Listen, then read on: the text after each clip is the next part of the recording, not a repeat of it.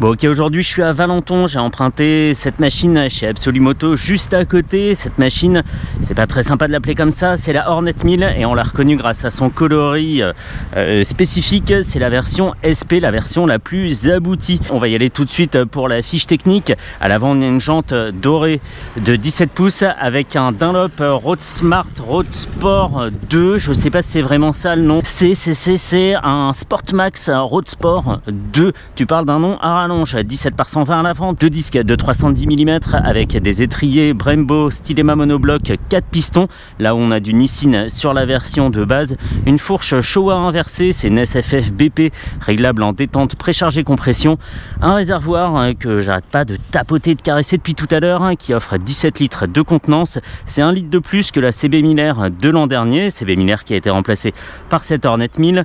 On a toujours un 4 cylindres en ligne qui développe maintenant 157 chevaux à 11 000 tours, c'est 12 chevaux de plus que la CB 1000R et c'est 5 chevaux de plus que la version normale de base de la Hornet 1000. On a 10,9 mètres-kg de couple disponible à 9000 tours, c'est 0,3 mètres-kg de plus que la version de base, une boîte 6 avec shifter, là où la version standard n'a pas de shifter, une transmission par chaîne, une selle à 809 mm de haut sous laquelle on trouve un amortisseur Öhlins TTX36 réglable en détente, précharge et compression. La machine pèse 212 kg, c'est 1 kg de plus que la version de base. À l'arrière on a une jante de 17 pouces tout aussi dorée que celle de devant avec un pneu en 180 de large et un disque de 240 mm de diamètre avec un étrier Nissin simple piston. J'oublie quelque chose comme ça, je ne crois pas. On va voir le reste à bord de la machine. Elle est proposée à 11 800 €, c'est 1100 € de plus que la version de base, mais c'est 3 350 € de moins que la CB 1000R Black Edition de 2024. Sans plus tarder, on va y aller. J'ai hâte de faire le poteau à côté de la moto et je monte dessus. Qu'est-ce que ça donne la position quand on est dessus? J'ai les deux pieds par terre. Excellent. Avec mon 1m73 standard, c'est parfait. On y va, go. Allez, ce qu'on voyait pas sur l'image comme ça en troisième personne, c'est cet arrière effilé. C'est dingo, même le support de plaque est plutôt stylé pour un truc standard. Il y a des petits détails comme ça, des petits ajouts de carrosserie vraiment sympa. Allez, c'est parti. Démarrage avec clé. Sous les yeux, on a les commodos des autres Hornet. À gauche, on a le petit joystick rétro-éclairé. À droite, c'est plutôt dépouillé, c'est pas mal. Moi, j'aime bien quand on fait simple. Sous les yeux, on a le TFT de 5 pouces. Qu'on connaît dans sa présentation, c'est strictement le même que sur les autres machines. J'aimerais bien faire varier, pas les informations, mais la présentation.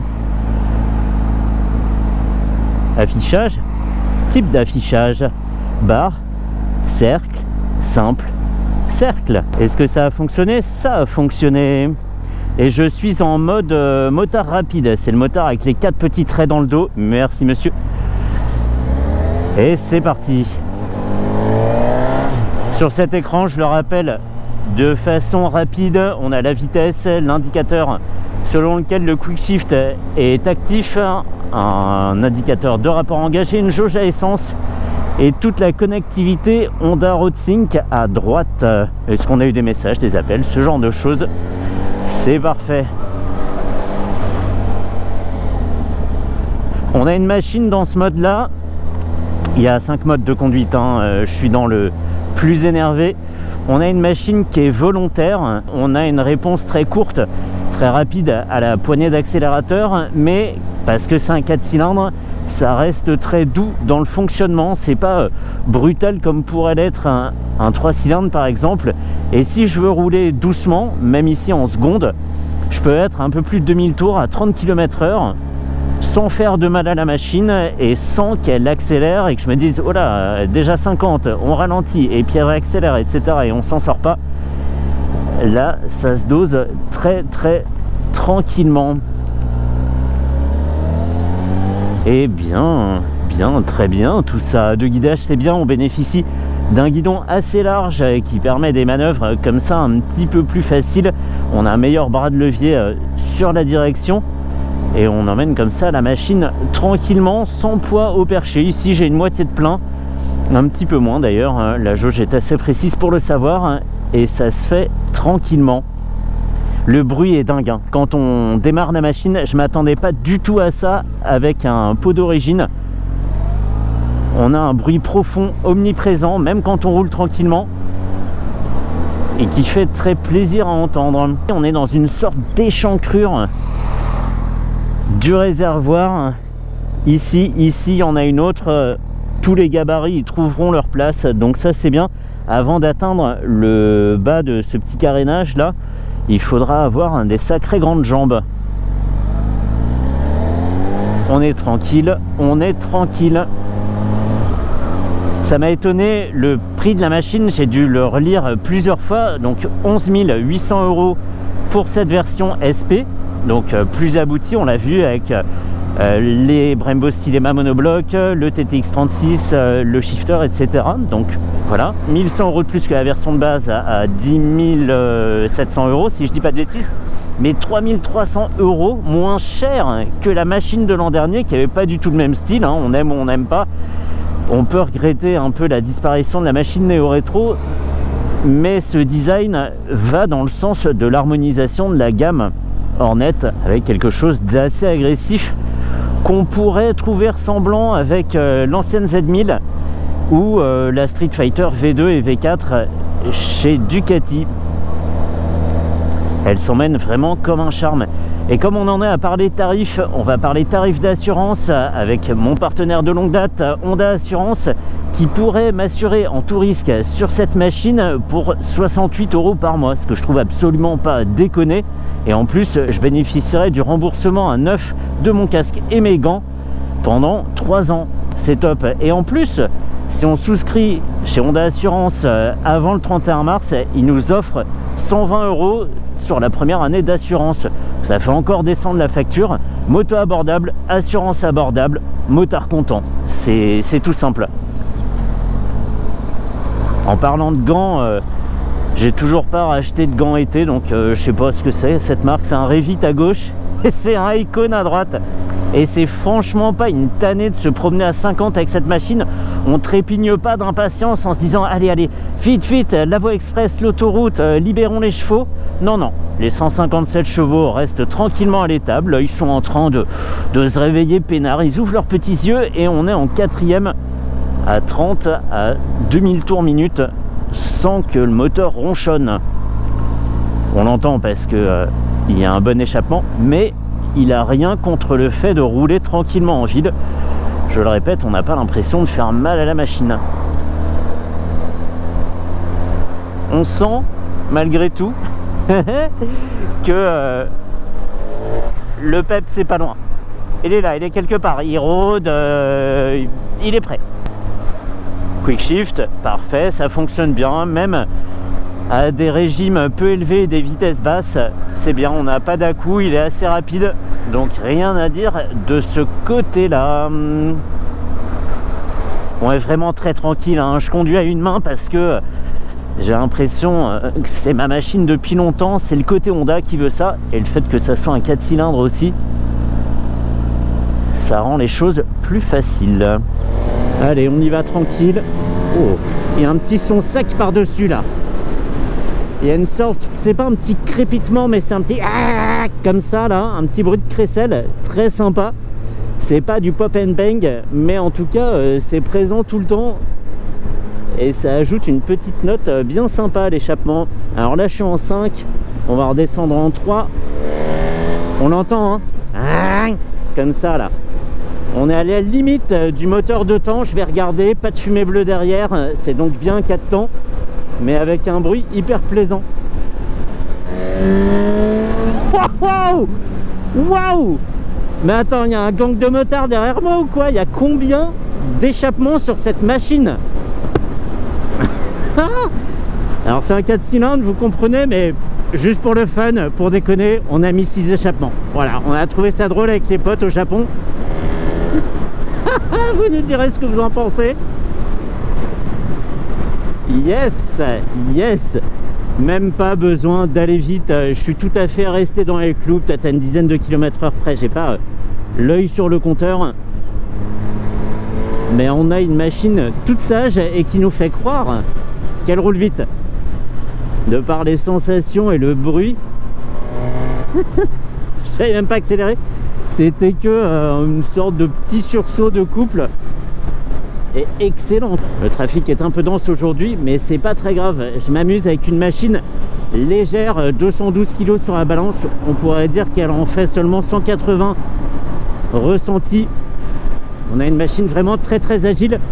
J'avais appelé la CB Miller la ballerine sous stéroïdes. Ça a perduré depuis. On a cette machine agile, pas lourde dans les changements de direction et avec suffisamment de couple et de puissance pour déconner à peu près tout le temps.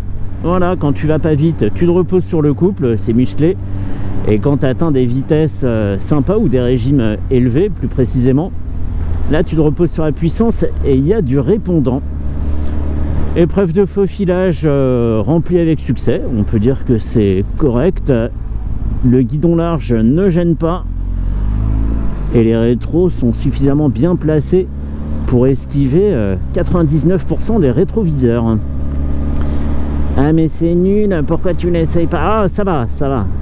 Si je peux répondre à des questions de conducteur citadin, je le fais, voilà. On m'a quand même dit l'autre jour, petite parenthèse, sur la vidéo de la Kawasaki W230, qui est une machine super à l'aise en ville, hein. Elle est démoniaque de facilité, d'agilité. On m'a dit, ah c'est dommage d'essayer cette moto en ville, hein. Quand même, il faudrait aller sur les petites routes de campagne et les virolos et tout. C'est quasiment texto, hein, ce qu'on m'a dit. Mais en fait, non, voilà. Allez, on va descendre encore. 3, 4. Alors évidemment, là, elle est un petit peu à l'étroit, mais je sais de source sûre, hein, même si la machine n'est pas vraiment encore arrivée sur le marché, qu'il y a plein de personnes qui vont l'utiliser en ville. Donc c'est bien aussi de l'utiliser là. On va se mettre en 6e. Là, je suis à 4000 tours, poignée dans l'angle. Ok, une montée tranquille. C'est pas un truc qui allonge les bras non plus. Mais on sent que en approchant 5000 tours, le démon se réveille. Allez, on va tomber de rapport. En charge sur la poignée, ça marche bien. Ok, c'est vraiment ma vitesse ça, c'est sûr? Ok, très bien. J'ai pas senti la machine peiner, c'est bizarre. Allez. Ce bruit omniprésent, c'est sur la Fireblade qu'il fallait atteindre un certain régime avant que la valve s'ouvre et donc qu'on ait cette surprise de l'échappement. Ici, elle est bavarde tout le temps, la machine. Elle est bavarde et elle grogne en plus.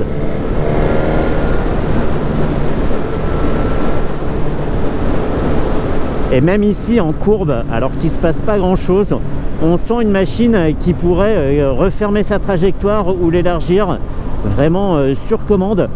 Là où par exemple, je vais pas me faire des amis en disant ça, mais la S Miller chez BMW est un petit peu plus sur un rail, un petit peu plus dur à faire sortir de sa trajectoire, moins fun dans son comportement, un petit peu plus balourde. Et je sais que ça va pas plaire, hein, mais je le dis quand même, là je balance. Ce bruit, oh, ça pile. Ouh. Avec une fourche inversée ultra sereine sur les freinages appuyés. Je suis à la limite de tenter le stoppie, tellement je me sens en confiance.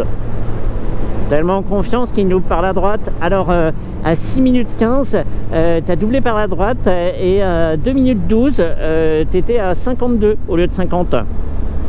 Oh, qu'est-ce qu'il me prend moi? Non mais laisse tomber ces vieux gars là.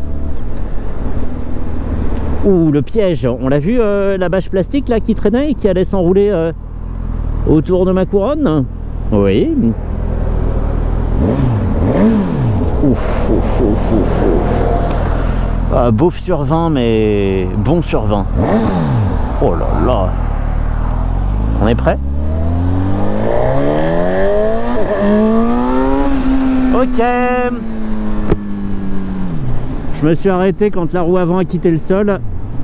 Parce que comme j'ai pas du tout de pratique du wheeling, je ne maîtrise pas grand chose. C'était super plaisant. Allez, tranquille sur le couple. Il faut vraiment que je me force à la laisser plus haut dans le régime. Voilà, 4e. Non, même 3e. Voilà, 5000 tours. Et on lève. C'est parti. En étant un chouïa plus brutal sur l'accélérateur, je finirai par utiliser que le pneu arrière. Les économies en perspective. Oh là là, mais ce bruit! 6000 tours, hein. Je sais que ça rend moins. En vrai, on se demande pourquoi il nous parle du bruit tout le temps, il est relou. Faut s'asseoir dessus, faut l'essayer, faut faire vroom vroom à côté pour comprendre vraiment. La Hornet 1000 quoi, elle va tuer tout le monde. Il restera pas d'autres motos, même les autres constructeurs vont vendre des Hornet 1000 je pense. Dans une sorte de collaboration étrange, on verra des Triumph Hornet 1000, des Yamaha Hornet 1000, des Suzuki Hornet 1000. Et ça sera très bien, ça serait très bien. Alors Suzuki Hornet 1000, elles seront bleues, hein, voilà. Les Triumph Hornet 1000 seront vertes, mais cette couleur sera payante. Ça coûtera 450 € de plus. Il n'y a que le noir qui est de base et gratuit. Ah, j'aime. Si on devait d'ailleurs la comparer à une Speed Triple, je dirais que contrairement à la Triumph, elle est beaucoup plus exploitable. La puissance et le couple sont plus exploitables, là où la Speed tire très long. Et en fait, au moment où on arrive, où la puissance est dispo, on est déjà hors la loi à cause du couple de la machine qui nous a emmené comme ça à des vitesses complètement interdites. Donc, une machine plus exploitable, agile, vraiment... Et en plus, elle baisse de prix, quoi. C'est dingue. C'est dingue. Honda montrait déjà sur ces nouveaux modèles comme la Hornet 500 et la NX 500 qui savaient contenir les prix même en proposant plus. On a le TFT 5 pouces, on a la connectivité, ce genre de choses, etc. pour 500 € de plus. Et là, ils montrent qu'ils font encore mieux avec une machine qui coûte beaucoup moins cher que l'an dernier. Mais c'est fou, c'est fou.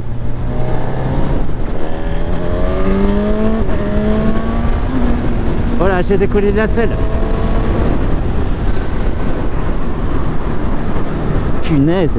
Et en fait, ce qui est dingue avec cette machine là, ça vient de me frapper, c'est qu'on se tape sa petite pointe, tranquille, et après on redescend et on a le sourire, et c'est bon, on est refait, on a pris sa petite décharge d'adrénaline, et c'est parfait, on n'en veut pas plus. C'est pas une moto de criminel, c'est une moto pour du plaisir instantané. Clic, clac, voilà, le mode sport, j'avais appuyé sur le bouton mode sans faire exprès. Et si on faisait le tour d'ailleurs, mode sport, mode pluie, custom 1, custom 2 et mode je sais pas quoi, city, street, enfin bref. Allez, la banane, la banane. Et c'est une moto impressionnante, hein. De dehors, elle est affûtée, elle est prête à en découdre, elle a les yeux comme ça un peu vénères, les sourcils froncés. Et quand on monte dessus, elle nous dit en fait ah non mais vas-y viens, hein. Déjà ça va bien se passer, on va vraiment s'amuser et en plus tu vas ressentir des choses, voilà, et tu auras même l'impression d'être bon. Parce que c'est pas le tout de tout bien faire, mais il faut quand même transmettre des sensations au pilote, parce que certaines machines ratent parfois. Oh là là, mais quelle moto, quelle moto. Et 11 800 €, ça rendrait vraiment abordable et en même temps très civilisé, hein. Il y a des machines qui sont des pièges à permis. Et ici, on a vu que très facilement, on arrivait à rester dans les clous ou à y revenir très vite, en tout cas. C'est une question de point de vue. Elle est, mais... Oh là là, celle sans faute. Bah, presque. Je reproche à ce TFT de pas avoir une présentation plus sportive que ça, genre avec un petit contour à gauche, un contour à droite, quelque chose de plus marqué dans l'esprit sportif. Ça serait encore mieux avec un fond rouge ou je sais pas, mais quelque chose qui différencie cet affichage des Hornet 500 et 750. Voilà. S'il y a un défaut à mes yeux, c'est celui-ci. Agilité.